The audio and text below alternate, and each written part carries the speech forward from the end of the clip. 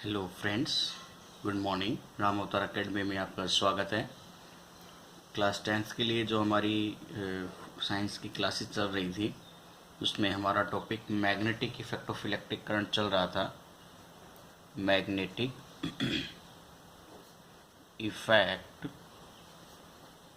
Of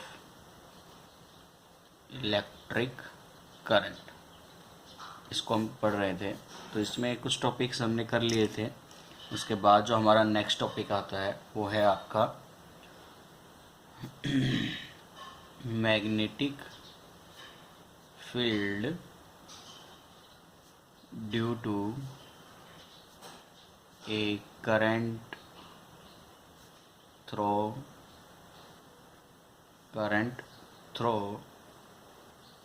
a straight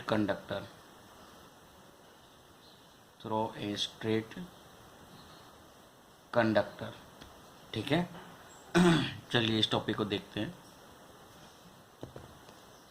इसमें अगर हम मेनली बात करें तो आपको अब एक स्ट्रेट कंडक्टर में से करंट पास कराकर मैग्नेटिक फील्ड देखना है। ठीक है। तो नॉर्मली अगर हम सबसे पहले ये बात करें कि भाई मैग्नेटिक फील्ड जो होता है उसकी शेप किसके ऊपर डिपेंड करती है, तो जो पैटर्न है मैग्नेटिक फील्ड का वो कंडक्टर के शेप के ऊपर डिपेंड करता है। ये आपको याद रखना चाहिए। तो ये मैं पॉइंट नोट करा देता हूँ आपको। ये आपको याद रखना है, एग्जाम पॉइंट ऑफ व्यू से काफ़ी इंपॉर्टेंट है। द पैटर्न ऑफ मैग्नेटिक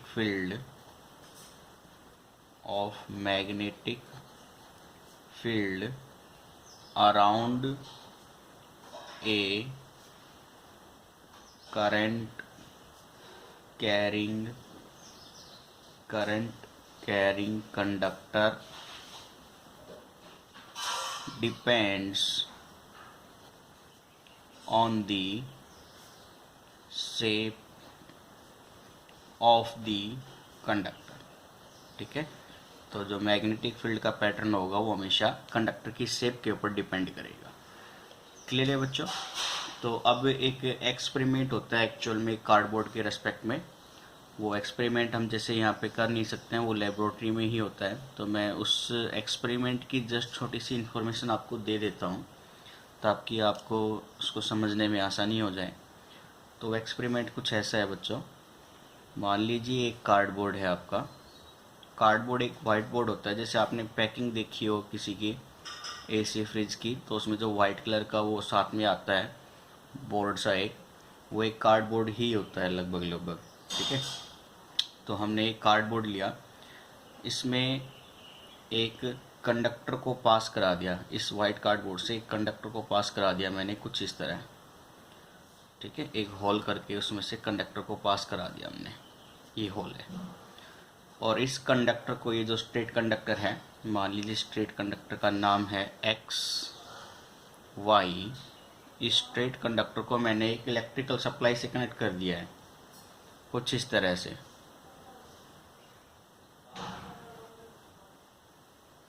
ठीक है। मान लीजिए ये रियोस्टेट है, वेरिएबल रजिस्टर, ताकि आप करंट को कंट्रोल कर सकें। एक एमीटर लगा लीजिए ताकि आप एमीटर के सारे उसमें से कितना करंट फ्लो हो रहा है उतना मैग्नीट्यूड निकाल सके। और एक ये बैटरी पोटेंशियल है। मान लीजिए मैंने बैटरी पोटेंशियल को कुछ 12 वोल्ट के आसपास ले लिया।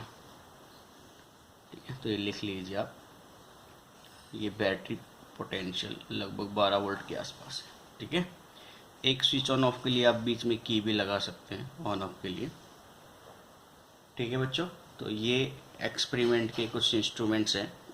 रियोस्टेट बस एक वेरिएबल रजिस्टर है यहाँ पे, जिसके कम और ज़्यादा करने से आप करंट के मैग्नीट्यूड को कंट्रोल कर सकते हैं। अब होता क्या है कि जैसे ही इस कंडक्टर में से करंट फ्लो होगा, करंट की डायरेक्शन क्या रहेगी? प्लस टर्मिनल से बाहर, यानी ये करंट की डायरेक्शन है जो y से x की तरफ जा रहा है। और इस कंडक्टर के आसपास मैं आयरन फिलिंग्स डाल देता हूँ।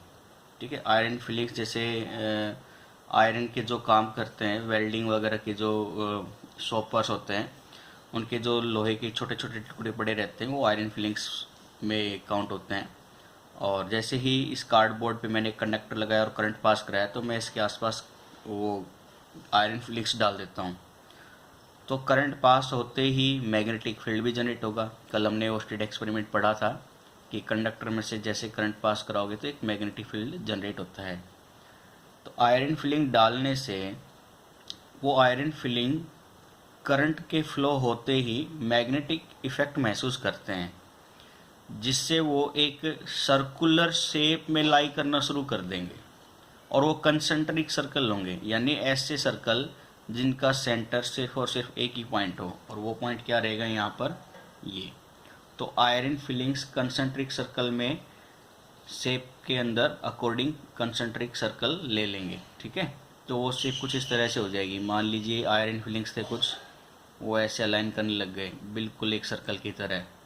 फिर और कुछ आयरन फिलिंग्स थे, वो भी मैग्नेटिज्म इफेक्ट की वजह से एक सर्कल को शेप ले लेते हैं। फिर कुछ और आयरन फिलिंग्स थे, वो भी मैग्नेटिज्म इफेक्ट की वजह से एक सर्कुलर शेप ले लेते हैं। तो एक कंसेंट्रिक सर्कल हो गए क्योंकि इन सबका सेंटर एक ही है। अब ये मैग्नेटिक फील्ड की डायरेक्शन क्या होगी, करंट फ्लो हो रहा है तो मैग्नेटिज्म जनरेट हो गया है, तो मैग्नेटिक फील्ड की डायरेक्शन क्या होगी वो हम दिखाते हैं कंपास से। अगर आप एक कंपास लेंगे तो कंपास की नॉर्थ निडल कुछ इस तरह से मूव करेगी और साउथ निडल इस तरह से, यानी कंपास की जो नॉर्थ निडल है बच्चों, वो उस डायरेक्शन में डिफ्लेक्शन दिखाएगी। ये आपकी कंपास की नॉर्थ डिफ्लेक्शन है।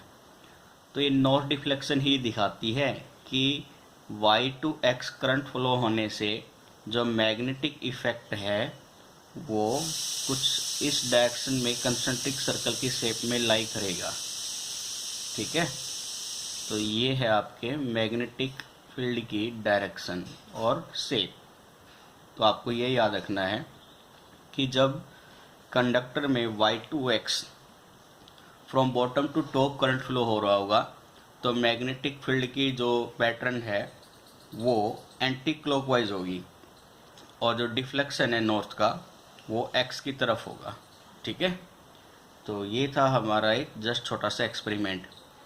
इसी एक्सपेरिमेंट में अगर मैं करंट की डायरेक्शन चेंज कर दूँ तो क्या होगा, यानी बैटरी के टर्मिनल को मैं पलट दूँ, प्लस ऊपर कर दूँ माइनस नीचे कर दूँ, तो देखिए क्या होगा। फिर से हमने एक कार्डबोर्ड लिया, ठीक है, ये होल किया कार्डबोर्ड में से हमने और इसमें से एक स्ट्रेट कंडक्टर पास कराया फिर से जैसे अभी किया था। इसका कंडक्टर का नाम है फिर से XY और इसको हमने एक सर्किट से कनेक्ट करा लिया है। और रियोस्टेट का काम रहेगा वही वेरिएबल रजिस्टर है तो मैग्नीट्यूड को कंट्रोल करने के लिए। एक एमीटर यूज़ कर लिया सर्किट में करंट को मेज़र करने के लिए, ठीक है। अब टर्मिनल चेंज हो जाएंगे इसके क्योंकि बैटरी का पोटेंशियल मैं चेंज कर रहा हूँ। और एक स्विच यूज़ कर लिया हमने ऑन ऑफ के लिए, सर्किट के ऑन ऑफ के लिए, ठीक है। ये बैटरी पोटेंशियल है 12 वोल्ट की। तो इस सर्किट में जो करंट की डायरेक्शन होगी वो x से y होते हुए जाएगी, ठीक है, x से y होते हुए जाएगी। अब अगर फिर से इस कार्डबोर्ड के कंडक्टर के आसपास आयरन फिलिंग्स है तो वो भी कंसेंट्रिक सर्कल की शेप लेंगे, लेकिन हमें ये देखना है कि जो नीडल है मैं उसकी कंपास की उसका डिफ्लेक्शन किस डायरेक्शन में होगा। तो पहले जो आयरन फिलिंग्स थे उन्होंने अपनी सर्कुलर शेप ले ली है कंसेंट्रिक सर्कल की पैटर्न में, ये आपके आयरन फिलिंग्स थे, ठीक है बच्चों। और जो कंपास नीडल है उसका डिफ्लेक्शन कुछ इस तरह से होगा,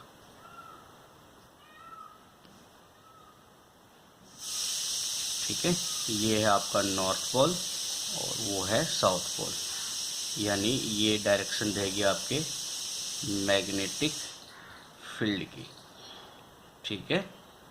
ये कंसेंट्रिक सर्कल के पैटर्न में मैग्नेटिक फील्ड की डायरेक्शन रहेगी।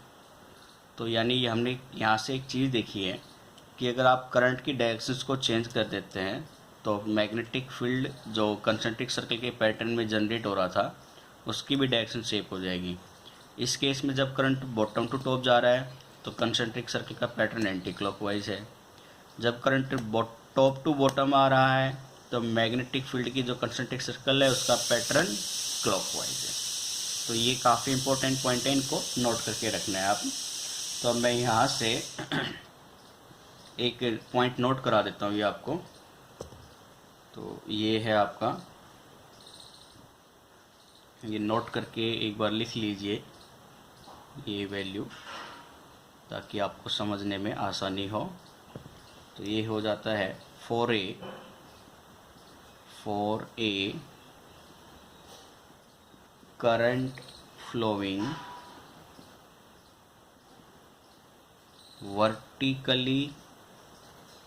वर्टिकली अपवार्ड, यानी पहला केस है भाई, यहाँ से वाई से एक्स की तरफ करंट फ्लो हो रहा है, ठीक है।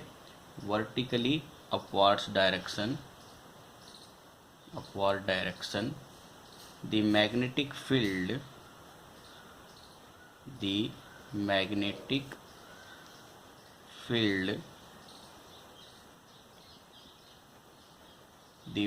field lines are concentric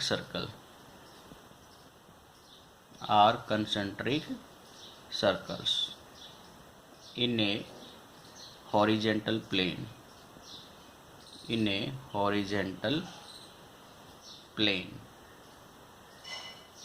ठीक है, in a horizontal plane in anti-clockwise direction, in an anti-clockwise direction, ठीक है। साथ ही अगर टॉप से बॉटम आ रहा होगा तो क्या हो जाएगा, ये भी नोट कर लीजिए। हाउएवर, ये भी नोट कर लीजिए, however if current is flowing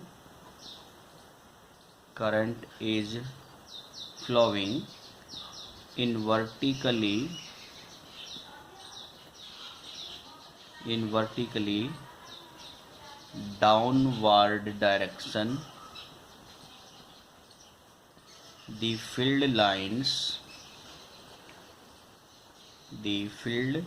lines form concentric circles in a horizontal plane, in a clockwise direction, ठीक है, एज शोन इन फिगर। यानी जब करंट बॉटम से टॉप की तरफ जा रहा है तो एंटी क्लॉकवाइज पैटर्न, और टॉप से बॉटम आ रहा है तो क्लॉकवाइज पैटर्न। और करंट की डायरेक्शन चेंज करने से मैग्नेटिज्म फील्ड के पैटर्न पे भी इफेक्ट पड़ता है, ठीक है, उसकी भी डायरेक्शन चेंज हो जाती है। क्लियर है। तो ये था आपका स्ट्रेट वायर की वजह से मैग्नेटिक इफेक्ट। अब हम फैक्टर देखते हैं कि ये जो मैग्नेटिक फैक्टर फील्ड है ये किस किस फैक्टर पे डिपेंड करेगा। तो हम फैक्टर अफेक्टिंग देखते हैं। तो आपका टॉपिक हो जाएगा नेक्स्ट इसी में, factors affecting strength, strength of magnetic field developed at a point due to current flow in straight conductor, ठीक है। तो फर्स्ट पॉइंट हो जाएगा इसमें बच्चों, इस टॉपिक में पहला पॉइंट हो जाएगा अमाउंट ऑफ करंट की वजह से, ठीक है। The amount of current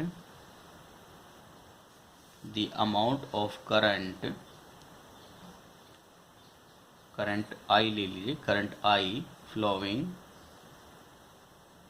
through the conductor. ठीक है, करंट आई के अमाउंट से क्या इफेक्ट पड़ेगा मैग्नेटिक इफेक्ट पे, चलिए देखते हैं।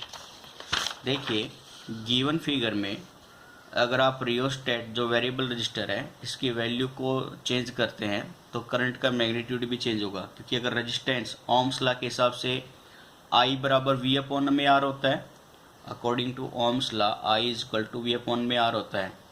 रेजिस्टेंस की वैल्यू बढ़ेगी तो करंट की वैल्यू बढ़ेगी, और मैग्नेटिक इफेक्ट करंट के ऊपर ही डिपेंड करता है, तो करंट जितना ज़्यादा होगा मैग्नेटिक इफेक्ट भी उतना ही ज़्यादा होगा। यानी अगर आप रियोस्टेट की वैल्यू कम करते हैं तो रेजिस्टेंस कम हो जाएगा, करंट का मैग्नीट्यूड बढ़ेगा, और ये जो कंपास निडल है ये बहुत ज़्यादा डिफ्लेक्शन शो करेगी। करंट बढ़ने से डिफ्लेक्शन ज़्यादा हो रहा है कंपास निडल में, करंट कम करने से कंपास निडल का डिफ्लेक्शन कम हो रहा है, यानी मैग्नेटिक इफेक्ट भी कम हो रहा है। तो करंट बढ़ने से कंपास निडल का डिफ्लेक्शन बढ़ा तो मैग्नेटिक इफेक्ट की फील्ड लाइंस भी बढ़ी, करंट कम करने से कंपास निडल का डिफ्लेक्शन भी कम हुआ तो मैग्नेटिक इफेक्ट लाइंस भी कम हुई। यानी मैग्नेटिक फील्ड डायरेक्टली प्रोपोर्शनल है करंट के, क्योंकि करंट बढ़ाने से मैग्नेटिक फील्ड बढ़ रहा है और करंट कम करने से मैग्नेटिक फील्ड घट रहा है। ठीक है, तो यहाँ से आपको ये पॉइंट याद रखना है बच्चों कि मैग्नेटिक फील्ड की डायरेक्शन की अगर हम बात करें इसमें, तो the strength of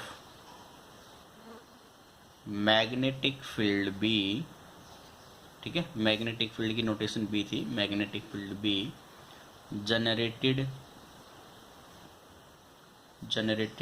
eight a given point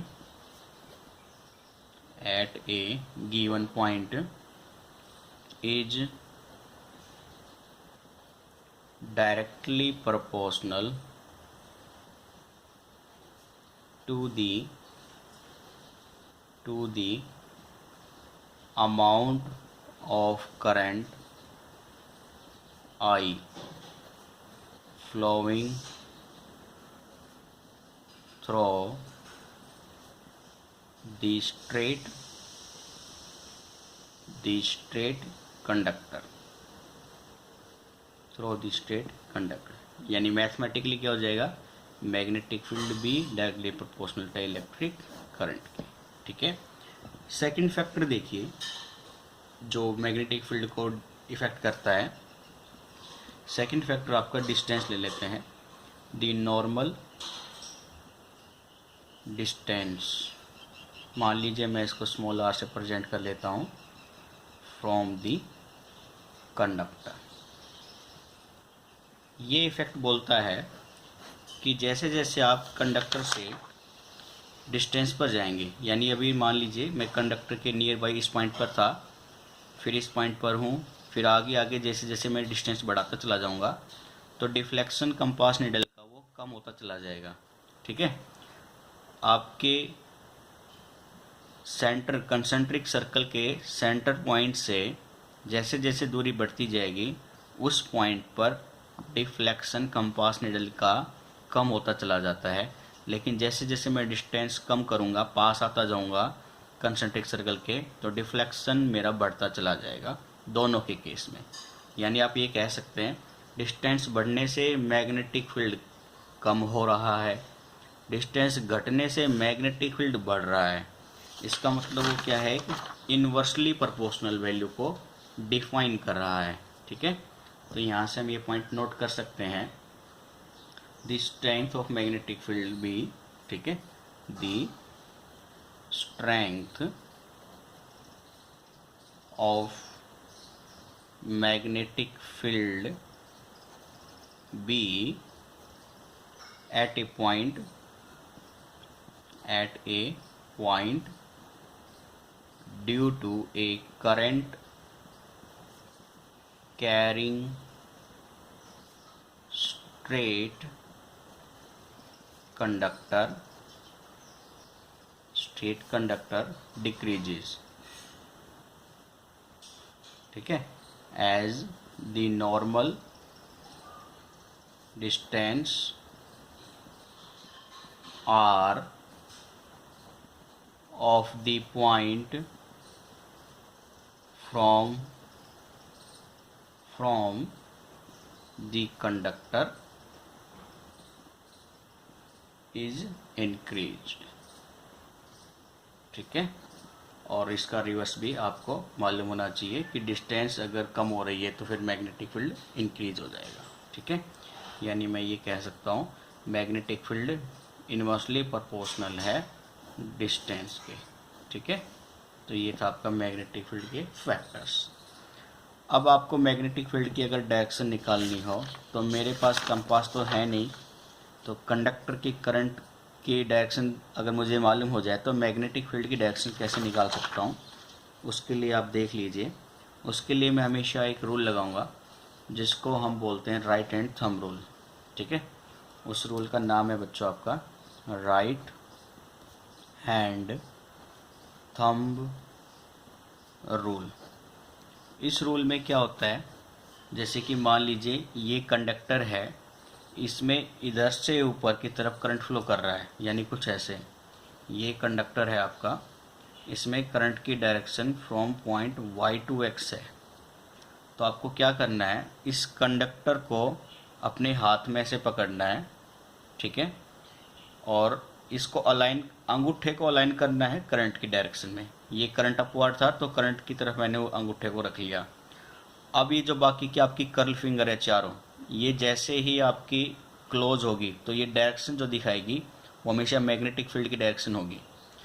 तो यानी करंट की डायरेक्शन में तो हो गया आपका अंगूठा, और बाकी ये कंडक्टर को जो क्लोज करा रही है जो फिंगर्स बाकी की, ये है मेरे मैग्नेटिक इफेक्ट की डायरेक्शंस। तो कंसंट्रिक सर्कल हो जाएंगे आपके, और मैग्नेटिक फील्ड की डायरेक्शन हो जाएगी आपकी एंटी क्लॉकवाइज। ठीक है, तो ये था आपका राइट हैंड थंब रूल। ठीक है बच्चों, तो right hand thumb rule apply करना आ गया आपको, तो इसमें कोई डाउट नहीं होना चाहिए। फिर से मैं बता देता हूँ, कंडक्टर को देखिए, उसमें करंट की डायरेक्शन क्या है उसको फाइंड आउट कीजिए। जिस डायरेक्शन में करंट फ्लो कर रहा है उस डायरेक्शन में अपने थंब को रख लीजिए। डायरेक्शन ऊपर थी, थंब भी ऊपर की तरफ दिखा रहा है। बाकी की आपकी जो ये 4 फिंगर बची, ये कर्ल फिंगर, तो जिस डायरेक्शन में ये कर्ल होगी ऐसे, यानी ये देखिए एंटी क्लॉकवाइज है, यहाँ से ऐसे घूम कर आ रही है, और ये एंटी क्लॉकवाइज है, तो ये ही दिखाएगी मैग्नेटिक फील्ड की डायरेक्शन को। तो ये एंटी क्लॉकवाइज पैटर्न हो जाएगा जब current from y to x flow करेगा। और अगर आप करंट की डायरेक्शन करेंगे तो थंब नीचे हो जाएगा, और ये फिंगर कुछ क्लॉकवाइज पैटर्न की तरफ मूव हो जाएगी। ठीक है, तो ये राइट हैंड थंब रूल है जो मैग्नेटिक फील्ड को फाइंड आउट करने के लिए यूज किया जाता है। ठीक है, ऐसे ही एक Maxwell right handed cork screw rule होता है, ये भी मैं आपको थोड़ा सा बता देता हूँ। हालांकि इसका यूज करने में थोड़ी सी प्रॉब्लम रहती है क्योंकि बच्चों को स्क्रू के बारे में इतनी नॉलेज नहीं है, लेकिन फिर भी हम थोड़ा सा इसको डिफाइन कर लेते हैं नॉर्मली। तो ये होता है बच्चों आपका Maxwell's right handed screw, cork screw rule to find direction of magnetic field। ठीक है, तो देखिए वो कॉर्क कुछ इस तरह से होता है बच्चों। कॉर्क अगर हम बनाना चाहें तो ये कॉर्क कुछ इस तरह से दिखाई देता है। हालांकि इतना परफेक्ट नहीं बना पाएंगे हम, लेकिन फिर भी कोशिश रहेगी आपको समझ में आ जाए। ठीक है, तो ये कॉर्क कुछ इस तरह से होता है। ये स्क्रू है नीचे वाला, जैसे पेच होता है आपके घरों में किसी भी डिवाइसेस में अगर लगा हुआ है, आपने कभी खोल कर देखा हो तो। और ये कुछ इस तरह से अगर हम दिखा दें इसको,